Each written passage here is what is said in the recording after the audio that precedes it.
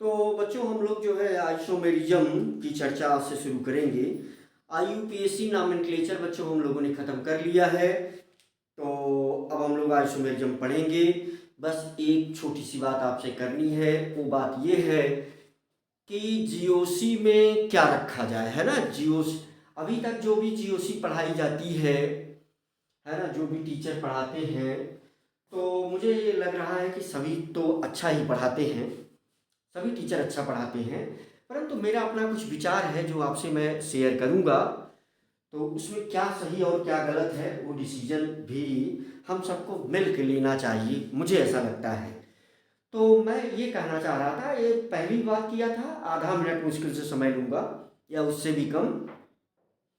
तो मैं ये कहना चाहूँगा बच्चों की वो सारी केमिस्ट्री जीओसी के अंतर्गत हम स्टडी कर लें तो बेटर रहेगा, है ना। तो इसलिए ये जीओसी 4 होगा हमारा। जनरली जीओसी में लोग रिएक्शन मैकेनिज्म की स्टडी करते हैं। सिंपल सी बात है कि वो हर जगह ज़्यादा यूज आता है ऑर्गेनिक केमिस्ट्री में, तो कहीं ना कहीं उसी को जीओसी कहना चाहिए। लेकिन मुझे लग रहा है कि ये जो एनसीईआरटी का जो ये चैप्टर है, जिसमें वो सारे टॉपिक इंक्लूडेड हैं, जैसे एक टॉपिक था इंट्रोडक्शन, दूसरा टॉपिक है यूनिक स्ट्रक्चर ऑफ कार्बन, तीसरा टॉपिक था नॉमेनक्लेचर, चौथा टॉपिक ये आइसोमेरिज्म, पांचवा टॉपिक हो सकता है एनसीईआरटी में यू कैन से प्यूरिफिकेशन, छठा टॉपिक वो रिएक्शन मैकेनिज्म हो सकता है ना। सातवां टॉपिक लास्ट में दिया गया है क्वालिटेटिव एंड क्वांटिटेटिव एनालिसिस। तो ये सब कुछ मिल करके जीओसी बनता है, मेरा ऐसा विचार है। कुल मिलाकर के कॉन्सेप्ट आने से मतलब है, क्वेश्चन होने से मतलब है, ये बहुत बड़ी बहस नहीं है। तो जीओसी 1 2 3 4 5 करके हमारी जो प्लेलिस्ट की सीरीज है उसको आप देख करके क्रम से ये जनरल बात आप समझ सकते हैं। तो ये कहीं ना कहीं जीओसी 1 2 3, तो जीओसी 3 नॉमेनक्लेचर थोड़ा सा कुछ उसमें वीडियोज हैं, छोटे छोटे वीडियोज हैं। आईयूपीएससी की जनरल बातें हमने किया है, कंपटीशन वाले क्वेश्चन को हमने नहीं करवाया है। कंपटीशन वाले क्वेश्चन को भी करवा के उस प्लेलिस्ट में चला जाएगा। अभी हम लोग आइसोमेरिज्म देखेंगे। बेटे यूट्यूब पर जो भी वीडियोज में डिस्टरबेंस थोड़ा बहुत आ रहा है, तो वो अकॉर्डिंग टू रिक्वायरमेंट भी है, बच्चे जो रिकमेंड कर रहे हैं, क्योंकि कुछ बच्चे ऑफलाइन में भी पढ़ रहे हैं, तो जो बच्चे रिकमेंड कर रहे हैं उन बातों को भी ध्यान में रखना पड़ता है। तो आइए हम लोग शुरू करते हैं आइसोमेरिज्म। ये शुरू हो रहा है जीओसी पार्ट 4, है ना। तो चलिए अब बात नहीं काम, आइसोमेरिज्म है ना। तो isomerism,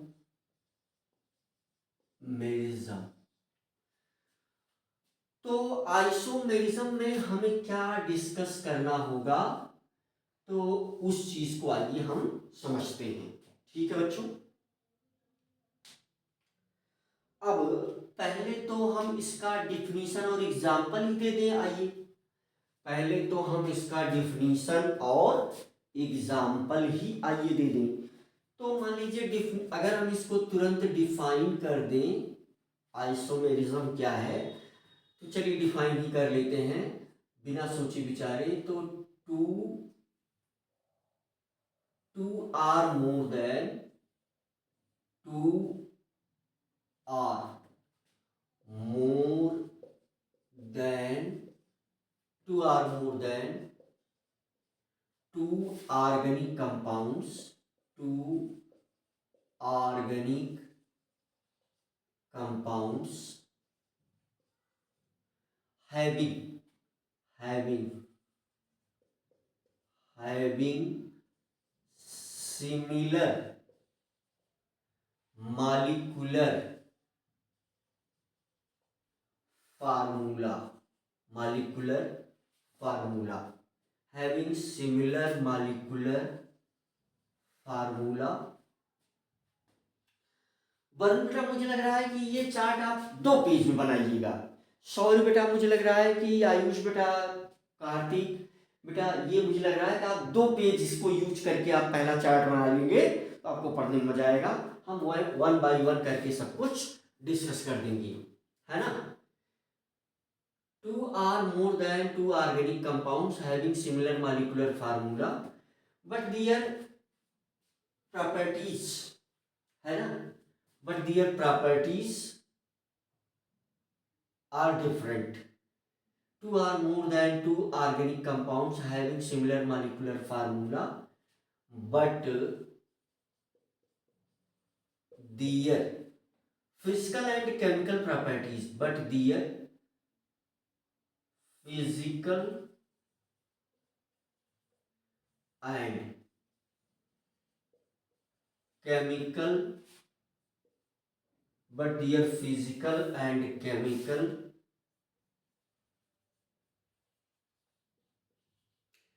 properties are different due to difference in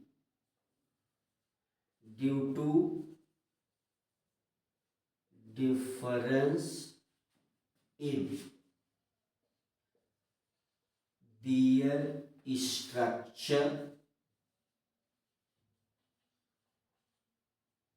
structure ORR, 3D arrangement, 3D configuration, 3D arrangement, 3D structure. In their structure ORR, 3D structure.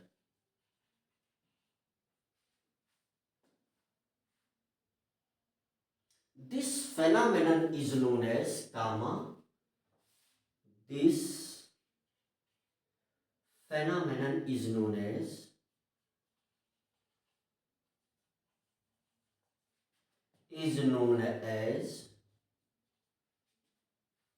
isomerism, is known as isomerism,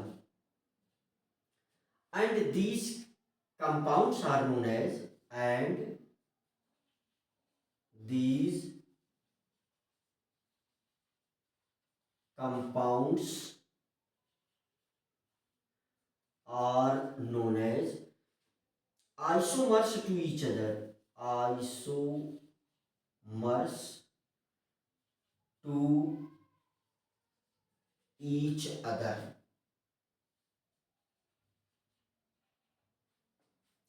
बच्चों ये डेफिनेशन है.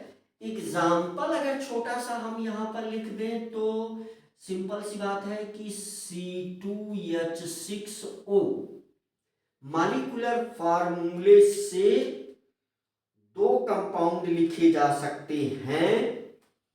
ये दोनों compound हैं C2H5OH CH3OCH3. देखिए molecular formula same है लेकिन दोनों का स्ट्रक्चरल फार्मूला अलग है, इसलिए ये दोनों एक दूसरे के आइसोमर हैं. आगे हम बहुत डिटेल में चर्चा करेंगे. तो एग्जाम्पल वास्तव में ये चैप्टर में वास्तव में केमिस्ट्री या साइंस एग्जाम्पल की ही पढ़ाई है. फिर से बता दूं, वास्तव में ये साइंस केवल एग्जाम्पल की पढ़ाई है. जितने ज़्यादा एग्जाम्पल पढ़ेंगे इसका मतलब हम उतना ज़्यादा पढ़ रहे हैं. और ये चैप्टर तो कुछ ज़्यादा एग्जाम्पल की पढ़ाई है, तो एग्जाम्पल की चिंता नहीं करना है क्योंकि हम इसमें एग्जाम्पल ही पढ़ेंगे.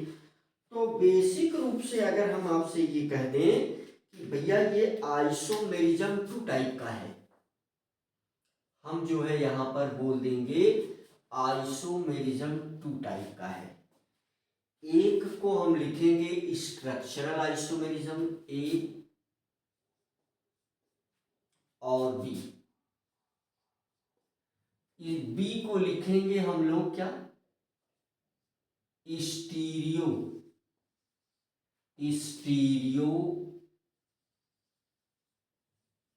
आइसोमेरिज्म. दूसरे को लिखेंगे हम लोग स्ट्रक्चरल आइसोमेरिज्म.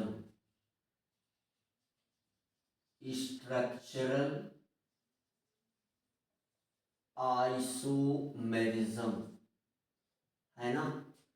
अब ये स्ट्रक्चरल आइसोमेरिज्म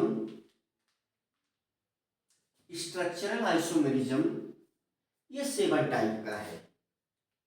स्ट्रक्चरल आइसोमेरिज्म ये 7 टाइप का है। इसमें नंबर 1 सभी बच्चों को पता है, ये स्ट्रक्चरल आइसोमेरिज्म 7 टाइप का है। नंबर 1 क्या है? नंबर 1 है chain isomerism, chain isomerism. Number 2 है position isomerism, position isomerism. Number 3 है फंक्शनल ग्रुप। चलो लिख देते हैं, ये नहीं लिखेंगे। Functional group isomerism. नंबर 4 है isotopic isomerism, isotopic isomerism. Number 5 है मेटामेरिज्म। नंबर 6 है ring chain isomerism, ring chain isomerism. Number 7 है टाटोमेरिज्म।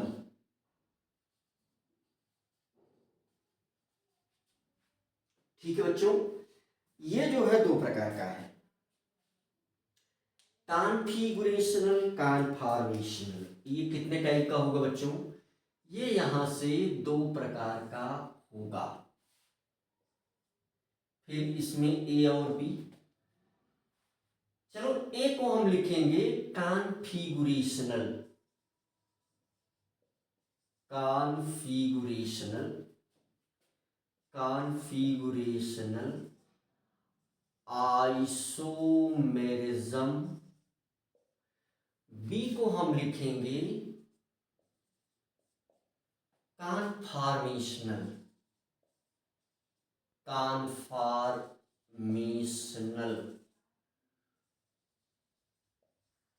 आइसोमेरिज्म, है ना। दोनों स्टडी करेंगे। ये वाली चीज कहां स्टडी करेंगे? ये वाली चीज एनसीईआरटी में बच्चों हाइड्रोकार्बन में है ना। ये वाला जो टॉपिक है बच्चों, ये कहां है?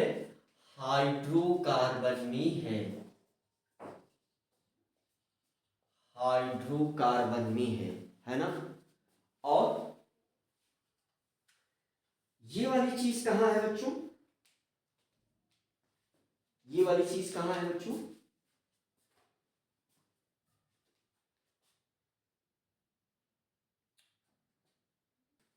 तो बच्चों कॉन्फिगुरेशनल आइसोमेरिज्म, अभी ये फिर से 2 प्रकार का हो जाएगा। अभी ये फिर से 2 प्रकार का हो जाएगा। यहां से आप देख सकते हैं, ये जो है हमारा फिर से ये 2 प्रकार का हो जाएगा।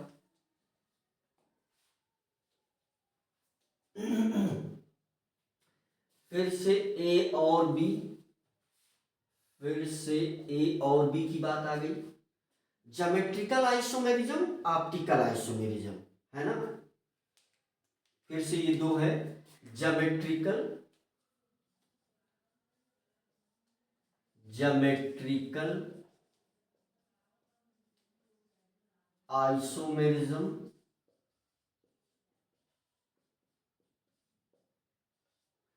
और दूसरा है ऑप्टिकल, ऑप्टिकल आइसोमेरिज्म। और देखो इसमें जो है बच्चों हम जो है क्या करेंगे, ये इन चीजों की स्टडी करेंगे। पहले नंबर 1 पर cis and trans, cis and trans, cis and trans की स्टडी करेंगे। दूसरे नंबर पर बच्चों ई और जेड, ई एंड जेड की स्टडी होगी। तीसरे नंबर पर यहां पर क्या होगी, सीन एंड एंटी की, सीन एंड एंटी की स्टडी होगी। यहां पर बच्चों इनैंशियोमेरिज्म, यहां पर किसकी स्टडी होगी, यहां पर होगी बच्चों नंबर 1 इनैंशियोमेरिज्म, इनैंशियोमर, इनैंशियोमर्स। दूसरे किस चीज की स्टडी होगी, डायास्टीरियोमर, डायास्टीरियोमर्स। डीएल नॉमेनक्लेचर की स्टडी यहां हम लोग करेंगे, डीएल नॉमेनक्लेचर, है ना, डीएल नॉमेनक्लेचर की स्टडी हम लोग, डीएल नॉमेनक्लेचर, डीएल नॉमेनक्लेचर। तो कहीं ना कहीं ये है आपका पूरा चैप्टर, और हमने जो है एक जनरल डिफिनीशन आइसोमेरिज्म की दिया है। एक एक करके ये छोटी छोटी और कुछ मोटी मोटी बातें हम लोग डिस्कस कर ले जाएंगे। तो कुल मिलाकर के ये इतने पॉइंट की स्टडी है यहाँ पर, राइट। तो बच्चों हम लोग जो है इस प्रकार से कुछ स्टडी करेंगे, डायास्टीरियो, है ना, डायास्टीरियो isomerism, डायास्टीरियो isomerism, इनैंशियोमेरिज्म, DL nomenclature, आर्यस nomenclature. इसको हम लोग कुछ ऐसा बना दें, चलिए ठीक है, मैं जो कुछ भी लिखा हूँ मीन्स डायास्टीरियोमर्स, है ना, डायास्टीरियोमर्स ऐसा बना दिया जाए। चलो मिटा देते हैं, मिटा देते हैं, मिटा देते हैं, मिटा देते हैं, चलो मिटा देते हैं। तो फिर इसको हम लोग कुछ ऐसा बना लेते हैं, थोड़ा सा आप ध्यान दे करके लिखें। इसको हम ऐसा कुछ लिख देते हैं, रहेगा वही सब कुछ, इनैंशियोमेरिज्म, डायास्टीरियोमेरिज्म, इनैंशियो, बार बार मिटाना पड़ रहा है, इनैंशियोमेरिज्म लिखने में मजा भी आना चाहिए हमको, है ना। चलो इसको ज़्यादा जगह ले लेते हैं। तो ये ऐसा कुछ है मामला, है ना, यहाँ ओके। तो नंबर 1 है इनैंशियोमेरिज्म, इनैंशियोमेरिज्म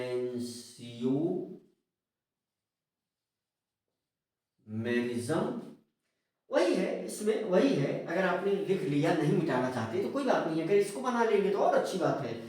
इसमें इनैंशियोमर्स की स्टडी होगी, और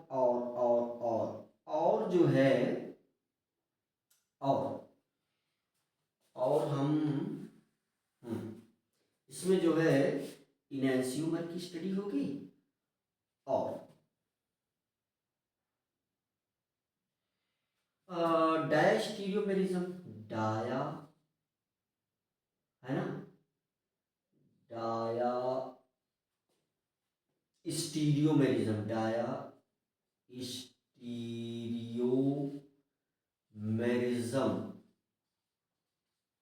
मुझे लग रहा है स्पेलिंग समझ में आ रही है। आर्यस नॉमेनक्लेचर, फिर डीएल नॉमेनक्लेचर। नंबर 3 तीसरा पॉइंट, आर्यस नॉमेनक्लेचर इसी में शामिल है, आर्यस नॉमेनक्लेचर, नॉमेनक्लेचर, और यहां पूरा लिख दूंगा नॉमेनक्लेचर, डीएल नॉमेनक्लेचर, है ना, DL nomenclature, nomenclature, आर्यस nomenclature, DL nomenclature, ये पूरी स्टडी हम लोग करेंगे। आइए हम लोग आगे बढ़ जाते हैं। तो सबसे पहले हम लोग कर लेते हैं चेन आइसोमेरिज्म की स्टडी। ये कुछ वो मोटी मोटी आउटलाइन है जिन चीजों को हम पढ़ेंगे डिटेल में। तो आइए एक एक करके हम लोग निपटाते चलते हैं। तो आप देख लीजिए, मिटा दिया जाए। मुझे लग रहा है कि आपने देख लिया सभी चीज़ों को ध्यानपूर्वक। अब हम चेन आइसोमेरिज्म से आपकी स्टडी को शुरू करते हैं। तो चलिए, चेन आइसोमेरिज्म से हम आपकी स्टडी शुरू करते हैं। बच्चों, बहुत मोटी बात आपको ये याद रखना है कि अगर दो नाम सेम आ गए तो वो आइसोमर नहीं है। अगर कंपाउंड डिफरेंट है तो उसका नाम डिफरेंट होना बहुत आवश्यक है। इसका मतलब अगर डिफरेंट नाम है तभी वो आइसोमर हैं। चलो समझते हैं, करते हैं स्टडी। तो चलो मिटा दिया जाए।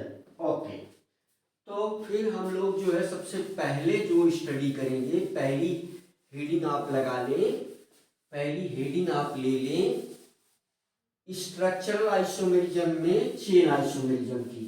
ठीक है बच्चों,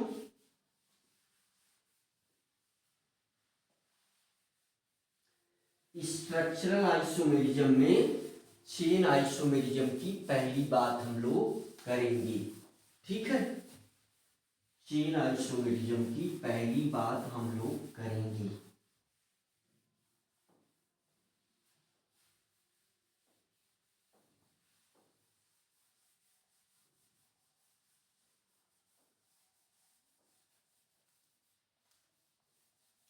ओके, तो क्या है चेन आइसो। देखिए भाई, डिफिनीशन अगर वो स्टैंडर्ड वाली लिखनी है तो यही लिखना होगा जो अभी हमने लिखा है ना। डिफिनीशन अगर इसकी स्टैंडर्ड वाली लिखनी है तो वही वाली लिखना होगा जो हमने लिखा। मैं यहां नहीं सोच पा रहा हूं अभी, मैं लिख दूं या बोल दूं। जैसे चेन आइसोमेरिज्म की डिफिनीशन अगर हमको लिखनी है, लिख दूं, कौन सा लिखूं, यही लिखूं कि कोई और लिखूं। तो ओके, चलो, अगर हमसे कोई कहे कि चेन आइसोमेरिज्म की डिफिनीशन बताओ, तो हम जैसे मान लीजिए हमसे कोई हमारे सामने क्वेश्चन आ जाए कि what do you mean by chain isomerism, explain it with suitable example. तो सबसे पहले हमको चेन आइसोमेरिज्म की क्या देनी पड़ेगी, डिफिनीशन देनी पड़ेगी। तो क्या डिफिनीशन देंगे हम लोग ये डिफिनीशन देंगे कि two or more than two compounds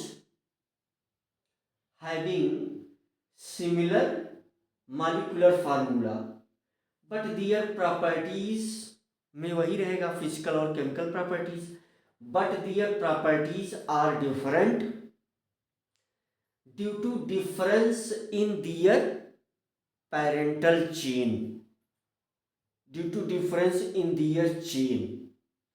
This phenomenon is known as chain isomerism and these compounds are known as chain isomers to each other. ये लिख सकते हैं आप, चलिए लिख दे रहा हूँ, मोटी बातें हैं बहुत। Two or more than two compounds, definition chain isomerism, ये हमारी हेडिंग है। कुछ पॉइंट में हम इसको एक्सप्लेन कर दे रहे हैं। पहला पॉइंट ये है कि डिफिनीशन हम देंगे। क्या डिफिनीशन देंगे, डिफिनीशन ये देंगे कि two or, two oh or more than two compounds, two compounds having similar molecular formula, two or more than two compounds having similar molecular formula but their properties are different due to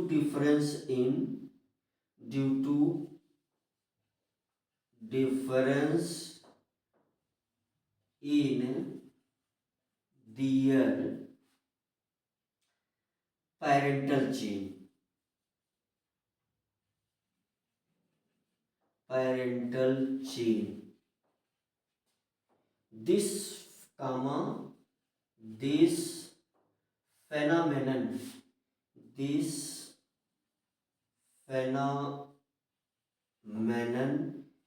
is known as chain isomerism.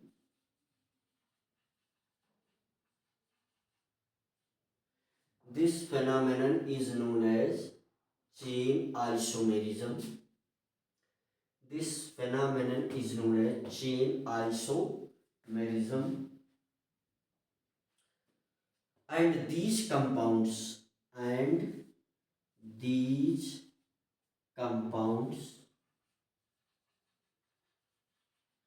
are known as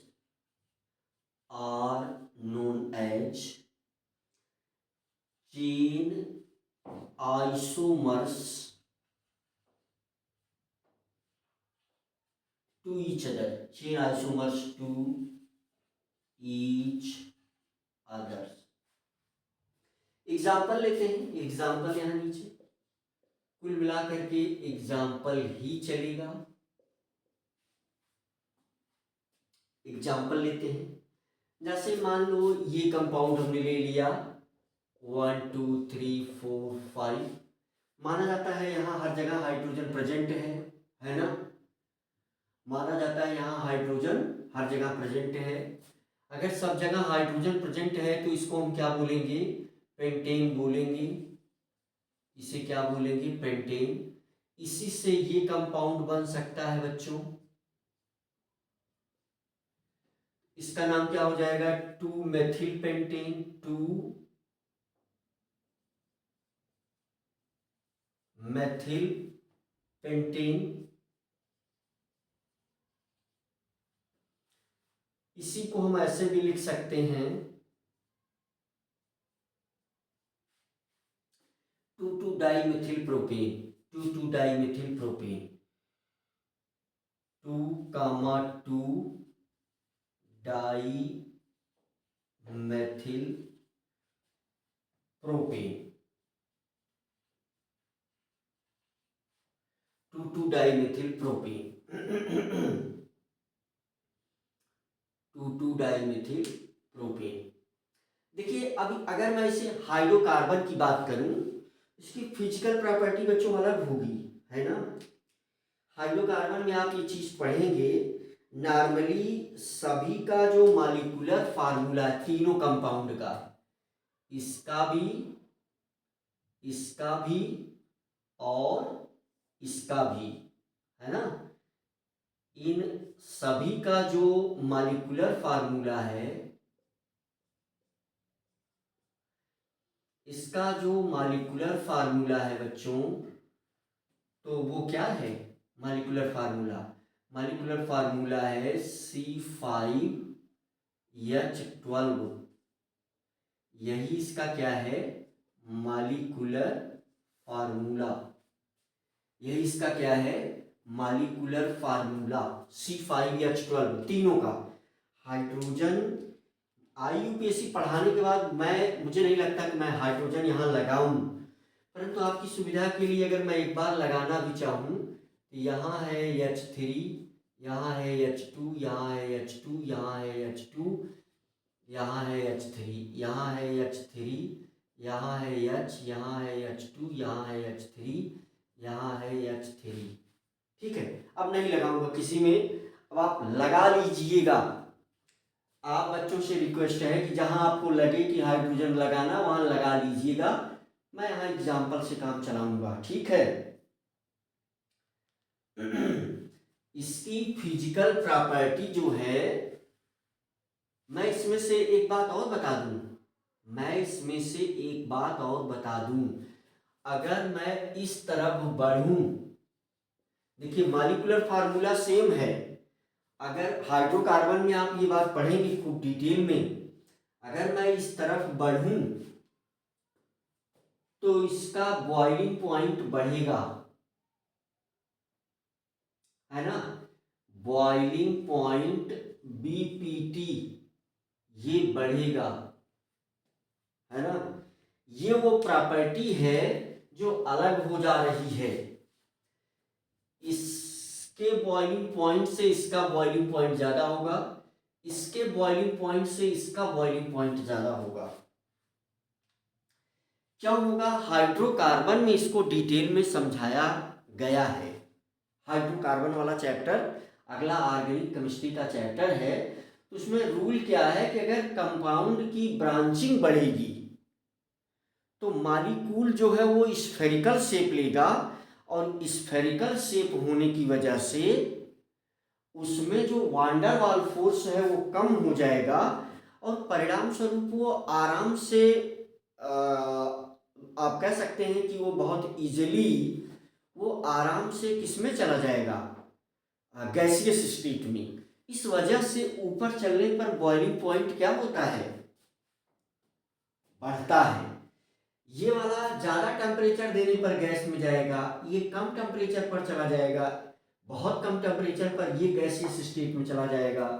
जबकि सभी का जो formula है ना, अगर आप hydrogen hydrogen लगा दें, यहाँ H3, यहाँ H3, यहाँ H3, यहाँ H3, कैसे पहचानेंगे हम? कैसे पहचानेंगे हम कि इस सब में चेन आइसोमेरिज्म है? कैसे पहचानेंगे हम कि इन सब में चेन आइसोमेरिज्म है?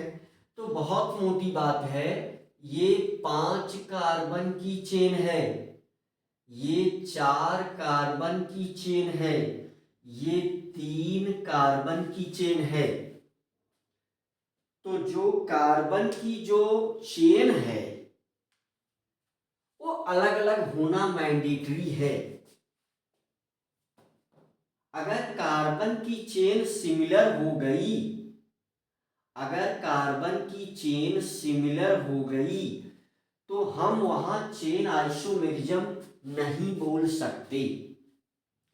अगर कार्बन की चेन सिमिलर हो गई तो वहां हम चेन आइसोमेरिज्म नहीं बोल सकते। इसका नहीं बोल सकते, इसका एग्जांपल दे दिया जाए क्या? नहीं बोल सकते, इसका एग्जांपल ये ले लो, इसका एग्जांपल ये ले लो, नहीं बोल सकते, है ना। नॉट चेन आइसोमेरिज्म, यहाँ एग्जांपल चलिए दे दिया अगले पॉइंट में, not not chain isomerism is present.